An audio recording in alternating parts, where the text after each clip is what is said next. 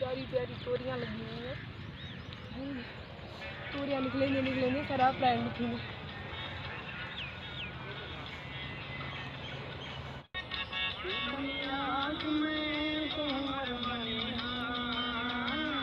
तेरे तू निशानी की में जिसे हम जानिया साथ खुदा दी रहिया